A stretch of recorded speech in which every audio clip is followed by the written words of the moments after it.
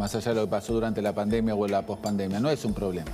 De hecho, hoy comentábamos en Radio Mitre que Brasil tiene menos que Estados Unidos inflación. Claro. Y la interanual en Brasil ya está dando 3,9%. Diego Giacomini, ¿qué tal? ¿Cómo vamos? ¿Qué tal? ¿Cómo ¿Todo bien? Eduardo? ¿Qué tal? Gracias por venir. ¿Nos podés decir, analizar lo que está pasando hoy por hoy en la Argentina con la inflación? Sí, mira, la inflación sigue aumentando. Muy sencillo, los números no mienten. 7,8 de mayo es mayor que el promedio de los primeros 4 meses del año, que había sido 7,4. En los medios de comunicación del gobierno lo venden como se desacelera la inflación. Los números lo niegan. Mira, la primera mitad del año pasado la inflación fue 5,2 promedio. El último trimestre del año pasado fue 5,5. Los primeros 4 meses de este año fue 7,4 y el último dato es 7,8. 7,8 anualizado, la inflación está corriendo al 150%. Claro. 7,6 que da los primeros 5 meses, la inflación está corriendo al 148%. O sea, está corriendo hoy 150. El datito de 114 no nos dice nada sobre el futuro porque es lo pasado de los últimos 12 meses. Claro. Ahora, vos me preguntás, están cometiendo el error de siempre. La inflación es un fenómeno macroeconómico y monetario. Entonces, se estudia en la tendencia de mediano plazo, qué sucede en 6, 7, 8, 9 meses.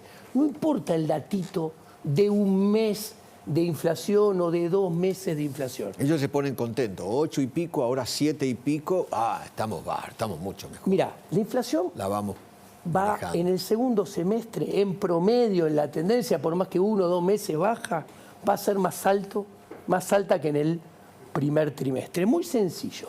Mira, hoy Massa está emitiendo a un promedio mensual las liquipases, el dinero de liquipases al 10,5 mensual.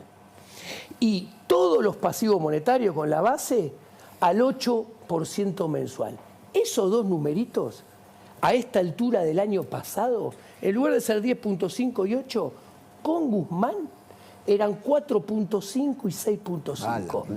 Entonces, ¿qué sucede? Mirá cómo se le aceleró la inflación a Guzmán en el segundo semestre. Ahora, la inflación tiende a converger en la tendencia al ritmo que tenés que emitir.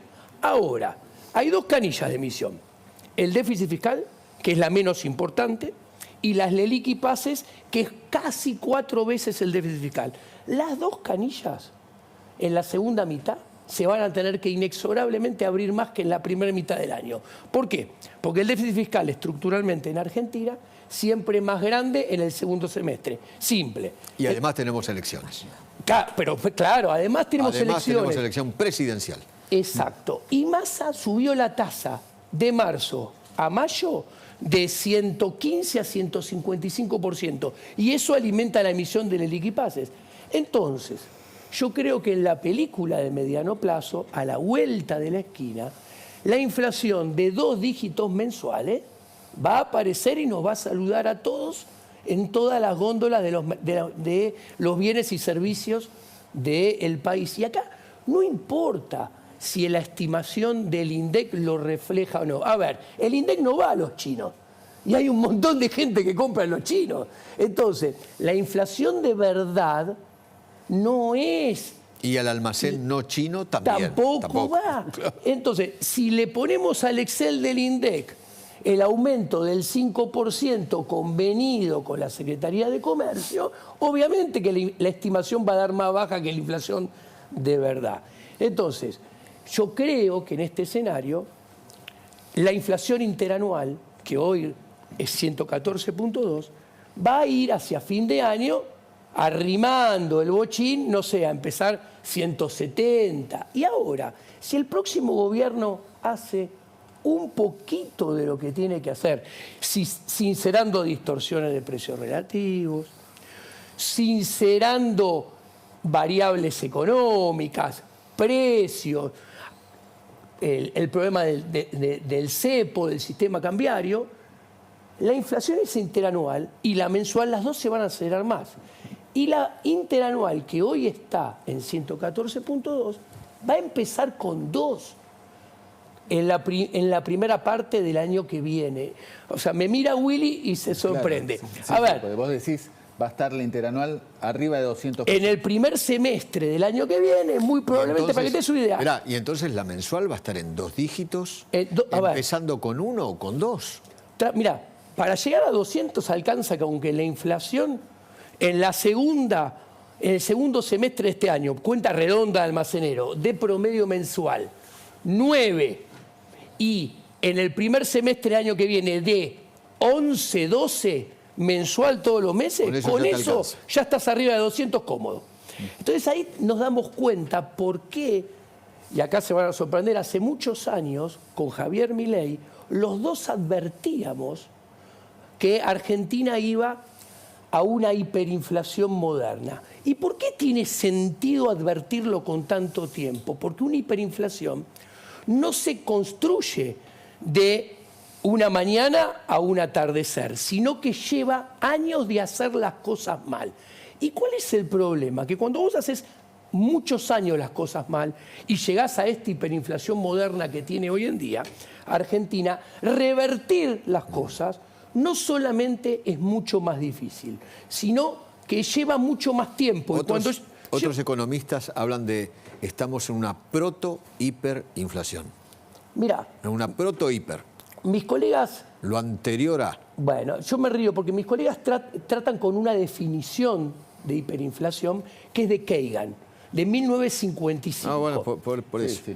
La teoría monetaria era como, en esa época, como la medicina antes que se inventara la penicilina. Entonces nada es comparable. Claro. A ver, para que usted ubique, es una inflación del 55%, con esa definición, anualmente la de Menem no calificaba como hiperinflación.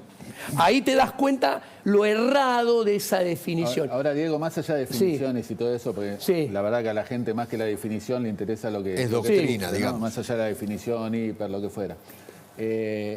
Preocupa también la inflación reprimida que hay, que es la brecha cambiaria, hoy en 90%, que en algún momento quien gane va a tener que transparentar. Bueno, cuando hay cepo, y el cepo se mantiene mucho tiempo, la teoría monetaria es muy clara, solo queda que el cepo se endurezca cada vez más y la brecha sea cada vez mayor. En este escenario yo creo que la brecha ya debería ser más alta de lo que es. Yo creo que los $2 libres están baratos cuando miro todos los fundamentos monetarios y el balance del Banco Central. Vos decís que el dólar a 500 está barato. El dólar a 500 está barato, el tipo de cambio libre va a volver a saltar. Entonces la brecha no sé cuándo, no sé, pero no dentro de mucho, no sé en qué magnitud, pero cuando salte nuevamente y la brecha pase del 90, 95, no lo sé, 110, 120, 130, ahora si no viene alguien, entre comillas que se entienda, y regala dólares como el FMI, no hay más conejos en la galera, no hay más magia. Y cuando entonces, si ahora Massa viene con un regalo del fondo, ¿no? Un regalo político. Porque la posición de Massa es, si ayudaste políticamente a Macri, ayúdame políticamente a mí o a este gobierno. Supongamos que viene con un regalito. ¿Hasta cuándo, hasta dónde alcanza? ¿Hasta agosto nada más o llega a octubre? Claro. Yo creo que si el FMI ejecuta el regalito debería tener más o menos la magnitud para que lleguen a noviembre. Pero ¿cuál es el problema? Así como ayudó a Macri el FMI y ahora ayuda a este gobierno, el problema es que la factura le viene después al sector privado mucho más grande. Claro. Y en el 2024, inclusive 2025, probablemente vamos a tener una situación monetaria, o sea, de dólar y de inflación más problemática que la de hoy en día. En el 2024 vamos a extrañar los números monetarios de inflación y tipo de cambio del 2023 y del 2022. O sea, el 6, 7, 8% nos va a parecer fabuloso. Nada. Fabuloso. Y esto yo lo explicaba porque hay un video mío dando vueltas que en el 2019, a esta altura decía, en el próximo gobierno vamos a extrañar estos números del último año del declive de Macri. Entonces, ¿qué sucede? En el 23 estamos extrañando los del 22. Exactamente. Exacto. Exactamente. ¿O no? cuando estaba en 3, 4.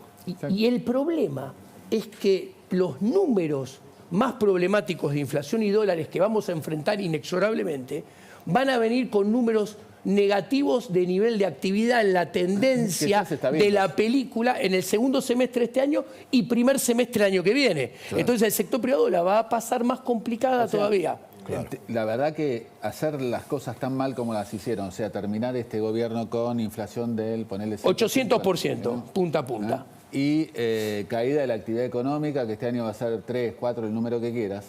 Si lo querés hacer a propósito, es difícil hacerlo. Es muy difícil y hay que agregar algo.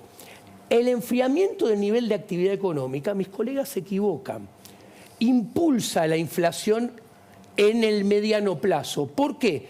Porque si emitís más dinero, producís más dinero y se producen menos bienes y servicios, la diferencia entre la producción de dinero y la producción de bienes y servicios se amplía. Entonces, el desequilibrio monetario es mayor, el poder adquisitivo del dinero cae más y la inflación se acelera. Además, si cae el nivel de actividad, cae la demanda de dinero por motivo de transacciones, porque hay menos transacciones económicas. Claro. Entonces la inflación se acelera más en la película. Diego, gracias por venir. Gracias, un placer. Muchísimas gracias.